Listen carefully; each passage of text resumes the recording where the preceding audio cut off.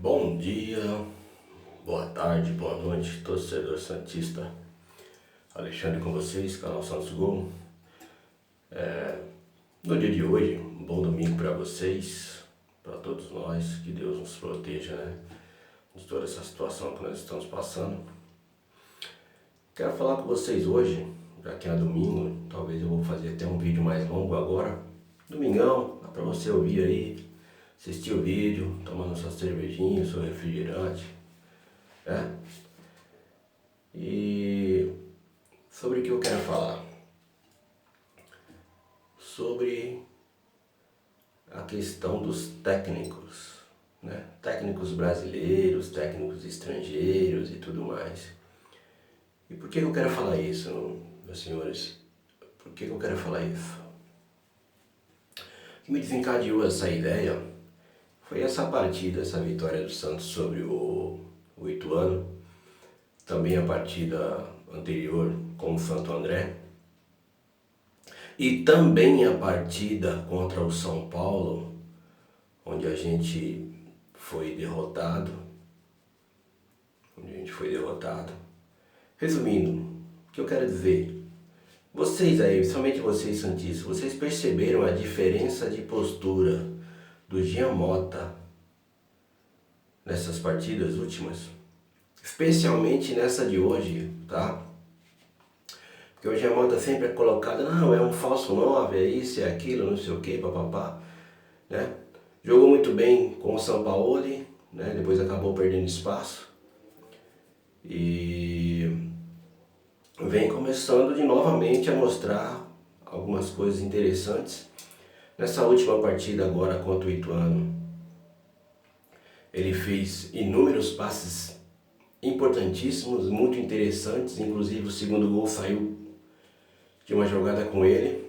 Teve uma inversão de bola também, não chegou a ser uma inversão, mas uma cavadinha por cima que ele colocou na ponta esquerda ali no primeiro tempo, muito interessante a bola. Teve uma bola que ele colocou para o Marcos Leonardo, que não correu para pressionar o goleiro.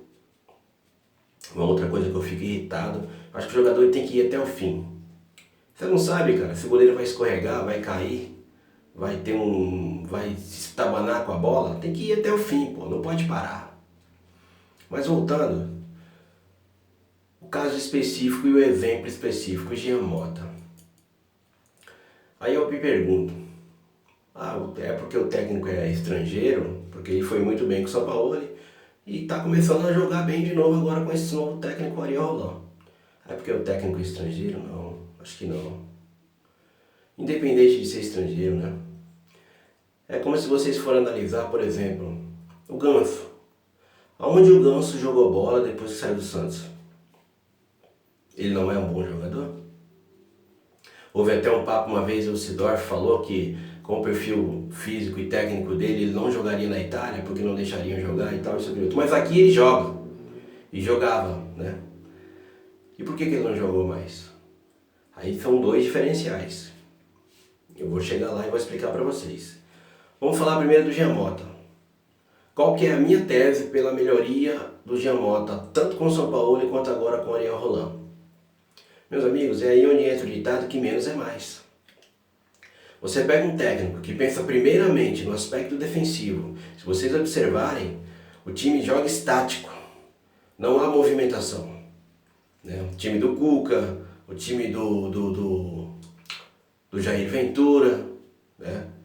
Até me admiro o Jair Ventura ter esse estilo de jogo, porque filho de quem é, né? Basta dizer que o pai dele fez gols em todos os jogos da Copa de 70, né? Era um grande atacante e o cara me sai com essa mentalidade defensiva, né? É meio complicado, né? Aí não dá para entender direito. Mas vamos lá. O que eu vejo na melhoria do Jean Mota? Se vocês observarem a última partida agora, até aquela questão dele entrar em área e coisa e tal, finalizar, não aconteceu. Por que não aconteceu? Principalmente no primeiro tempo. Observem, esse jogo é tão didático, que ele nos mostra isso claramente. O segundo tempo foi diferente. Por quê? Porque o técnico já fez uma mudança, o técnico já entrou com o Alisson, ele provavelmente já teve alguma palavra diferente com o pessoal no vestiário. E as mudanças dele foram ou em prol de preservar o aspecto físico dos jogadores pelos quais ele tirou, né? Ou até mesmo de preservar a vitória, porque fazia tempo que a gente não ganhava desse Ituano e a gente estava sem ganhar no Campeonato Paulista. Lembrar que a quarta rodada e a nossa primeira vitória. Foram 2 empates e uma derrota. Foi a primeira vitória agora contra o Ituano. A gente precisava vencer. Então acho que ele também colocou a mão na consciência. Mas se vocês observarem o primeiro tempo, o que houve? Uma movimentação intensa. E quando há movimentação, senhores, fica fácil. Um pouquinho de inteligência, um pouquinho de habilidade, um pouquinho de visão de jogo que o cara tiver, ele consegue. Por quê? Porque quando ele vem com a bola dominada, ele tem 1, 2, 3 opções de passe. Isso facilita a vida do meia e aí começa a aparecer a qualidade dele. Lembrar que o time não tinha nenhum craque. Um aspirante a craque aí seria o Ângelo, vamos dizer assim, que também ajuda, faz aquela quebra de linhas, faz aquela jogada individual. E é importante, muito importante também para esse sistema funcionar. Mas o mais importante é a movimentação. Por isso que eu vejo, no meu conceito, que o Jean Mota está jogando bem agora com esse técnico, voltou a jogar melhor e jogou muito bem também com o Jorge Sampaoli. Aí você pega um técnico brasileiro que nem o Cuca, a primeira incumbência que o cara dá pra ele, você tem que marcar o meio dos caras, você tem que marcar o volante dos caras aqui, então você vai fazer a contenção. Por isso que eu digo que menos é mais. Porra, é muita coisa pro cara fazer. Agora, quando ele tá numa liberdade de pegar essa bola, as bolas que o Jean Mota tocou no primeiro tempo, todo mundo tá falando aí dos 2 gols que o Lucas Braga perdeu, mas teve 2 bolas também com o Marcos Leonardo. Primeira foi uma que o Jean Mota meteu e ele deveria ter ido na velocidade, pressionar o goleiro, testar ele, ver se ele tá esperto, ver se ele não vai escorregar, pô. Ele não foi. E uma segunda bola também que ele vacilou, jovem, só estou citando os exemplos, que o Luan Pérez, tá? Luan Pérez hoje que é um dos estandartes da nossa equipe aí, veio pela ponta esquerda e rolou para ele por baixo, ele dominou a bola errado. Se ele domina para dentro, ele tinha as 2 pernas para escolher bater, ele não conseguiu dominar. Mas tudo bem, isso acontece. Só estou salientando que isso às vezes pode gerar uma substituição para o meia. Porque eu meto um, o cara não faz, eu meto outro, o cara não pega, eu meto outro, o cara escorrega. Né? Aí a impressão que dá, quem está jogando mal sou eu. Mas o que aconteceu no segundo tempo foi o seguinte, a movimentação do time mudou. Nós ficamos sem o Ângelo, né? O Ângelo saiu devido a uma pancada. Logo, já foi no segundo tempo também, mas o perfil do time já era outro. Daí a queda de rendimento de Jean Mota. Mesmo assim, eu não o teria tirado. Eu não teria tirado o Jean Mota. Então, a gente chega à conclusão que, na verdade, se você tem um sistema de jogo e você tem coragem de jogar, você às vezes não pode ter um craque no seu time, 1, 2 craques no seu time, 2 jogadores fora de série, mas você consegue jogar e bater de frente a frente com qualquer time. Basta vontade, movimentação. Muitas e muitas vezes eu fiz outros vídeos, participei de lives, né, onde eu costumava dizer, olha, o Santos é um time joga estático, né, é muito previsível, Marinho aberto na direita, Soteldo na esquerda ou vice-versa, né? Quando não, o Cuca tirava o Marinho da melhor posição, o Soteldo na melhor posição e recuava os caras. Pô, não adianta. Não adianta. Uma coisa que tem que acontecer, inclusive, senhores, é o seguinte. Os 2 maiores expoentes de ataque do nosso time hoje, óbvio, são Marinho e Soteldo. Esses 2 caras, a meu ver, eles vão ter que se reeducar para jogar bem agora no Santos. Vou citar um exemplo claro do Marinho, de um vídeo anterior que eu fiz, ou foi até de uma live que eu participei, que eu disse, o Marinho é um bom, grande jogador nosso, né? É o nosso principal jogador, porém tem um detalhe, ele precisa jogar coletivo. Ele tem que esquecer essa ideia de sempre cortar para um lado, sempre, mas não, tem que alternar, tem que haver uma alternância. A movimentação do nosso time no primeiro tempo contra o Ituano foi maravilhosa. E todo mundo se movimentou, fica fácil para todo mundo. Então, Marinho e Soteldo tem que se conscientizar agora que nesse novo processo de jogo que vai se aplicar, porque eles ainda não participaram integralmente disso, eles vão ter que ser dinâmicos. A dinâmica vai fazer o futebol deles crescer mais ainda e, obviamente, consequentemente, a equipe vai crescer. Então eles precisam ser dinâmicos. Esse negócio de pegar a bola, parar, fazer gracinha na frente do cara, não. Ficar estático, não, tem que se mexer. O Santos tem muito disso, a bola é jogada no ponteiro, ou esquerdo ou direito, e fica-se ali todo mundo esperando o que o cara vai fazer. Não pode, tem que ter aproximação e fazer a triangulação. Só que eles também não ajudam, porque muitas vezes não acontece, por quê? Porque o parceiro já sabe que ele vai individualizar e não chega. Então é um apelo que eu vou fazer a eles, se eles estivessem me ouvindo, né? Faria a eles. Preste atenção, seja dinâmico, que seu futebol vai melhorar muito e a equipe vai ter muito a ganhar com isso. Muito a ganhar com isso. Marinho, que tem um bom chute, essa movimentação dele apareceu uma hora aqui, outra lá. Vocês viram quem fez o nosso segundo gol? Foi o Balieiro, a bola caiu de graça no pé dele. Vocês viram a bola que todo mundo tá falando do Lucas Braga, perdeu 2 gols. Mas vocês viram a bola que o Gemota meteu para ele, pro Pirani, lá na linha de fundo, próximo à ponta esquerda nossa, o Pirani levantou a cabeça e rolou para trás pro Lucas Braga. Ele bateu, rasteiro, foi contra a pé do goleiro. Mas ali, um pouco mais de qualidade, ele guardava aquele também. Era muito claro para guardar aquele gol ali.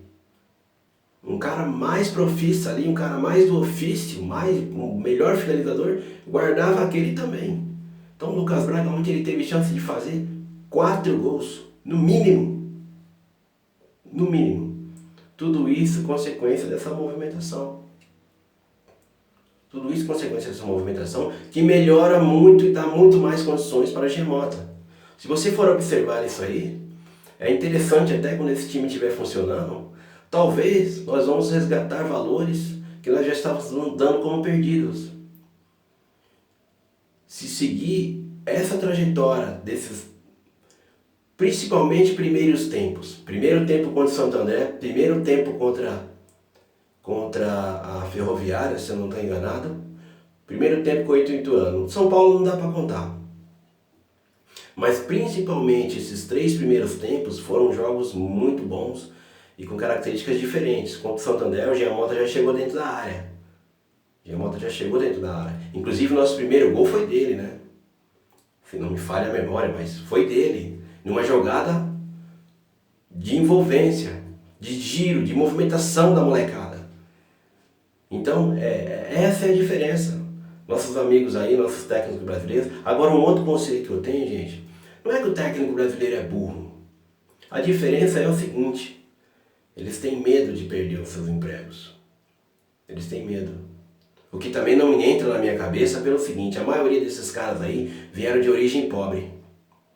Certo? Vieram de origem pobre. Eu digo pra vocês o seguinte: eu com 2 salários de uns caras desses aí, uns técnicos desses aí, eu acho que não trabalhava mais para ninguém, vivia bem.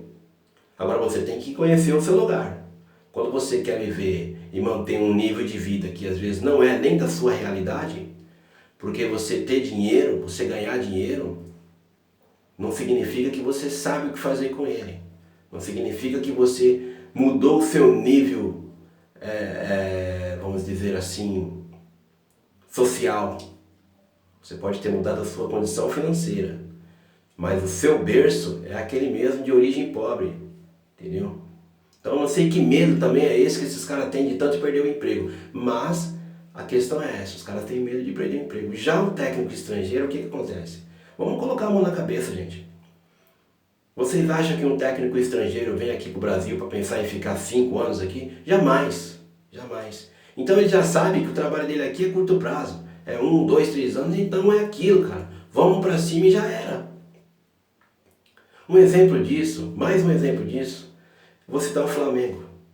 Não hoje, porque hoje está na mão do Rogério Ceni. Tá? Mas o Flamengo do Jorge Jesus, qual que era o problema do Flamengo do Jorge Jesus? São jogadores hábeis, muito habilidosos, rápidos, que gostam de jogar. E jogavam. Agora, quando eles tinham problema, todo time que batia de frente, jogava de igual para igual para eles, gerava problema com eles. Porque eles têm as mesmas deficiências que os nossos times têm. Eles têm.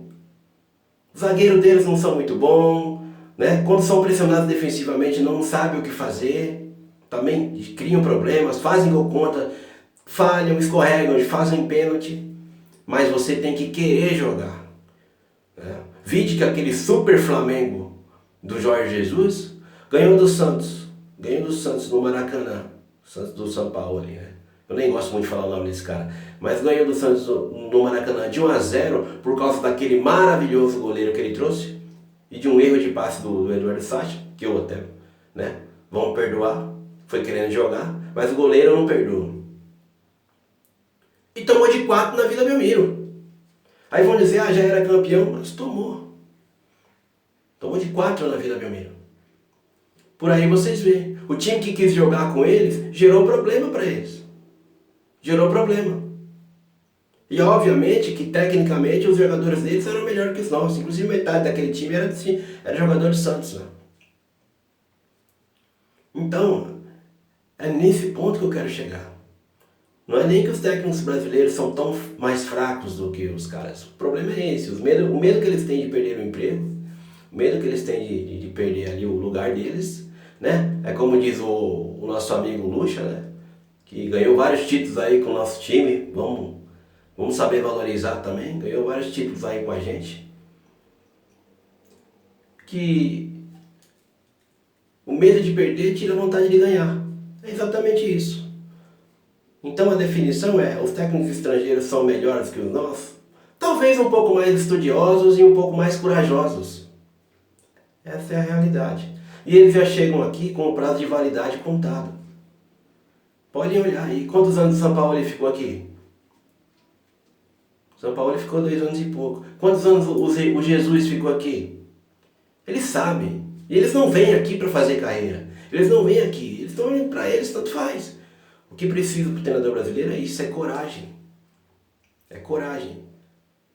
Por isso que muitas vezes um técnico desse com um time com jogadores medianos consegue bater de frente com outro time que tem jogadores melhores. Se você cria movimentação, se você propõe também o jogo contra o adversário, você vai gerar problemas para ele. Agora um adversário que está vendo você só querer se defender, é onde o menos é mais. Por quê? Ele vai ter que fazer uma função a menos, ele não tem que se preocupar em se defender. Ele está ali só para atacar. Fica fácil.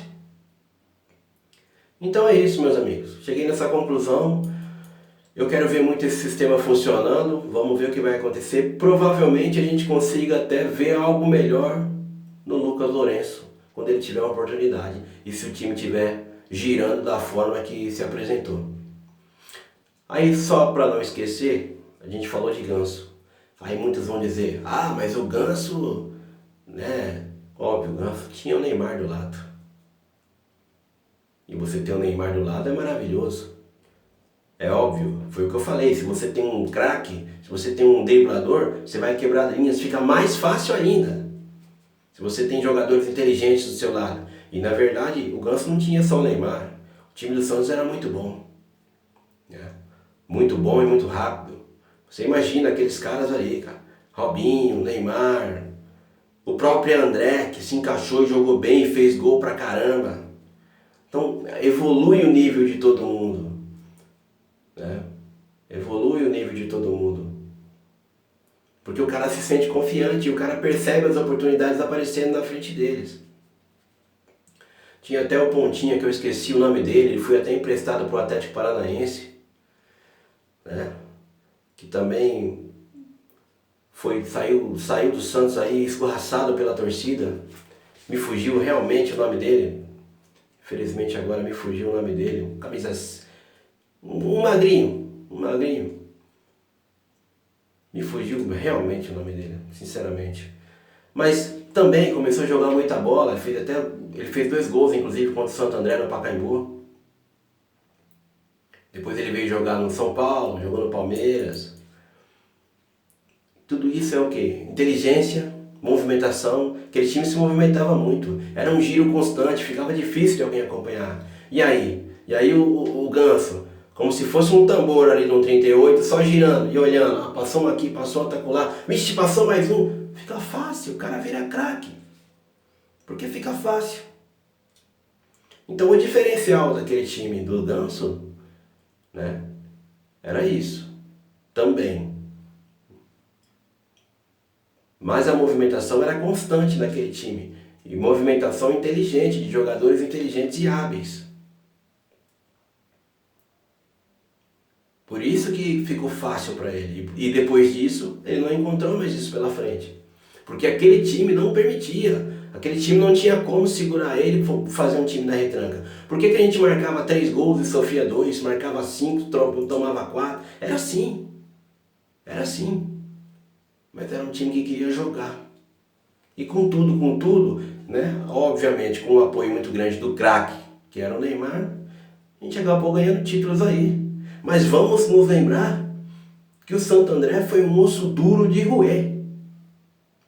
Levou gols e marcou gols. Porque era um time que jogava mais ou menos igual o nosso time jogava. E eles não tinham Neymar. Eles não tinham Neymar.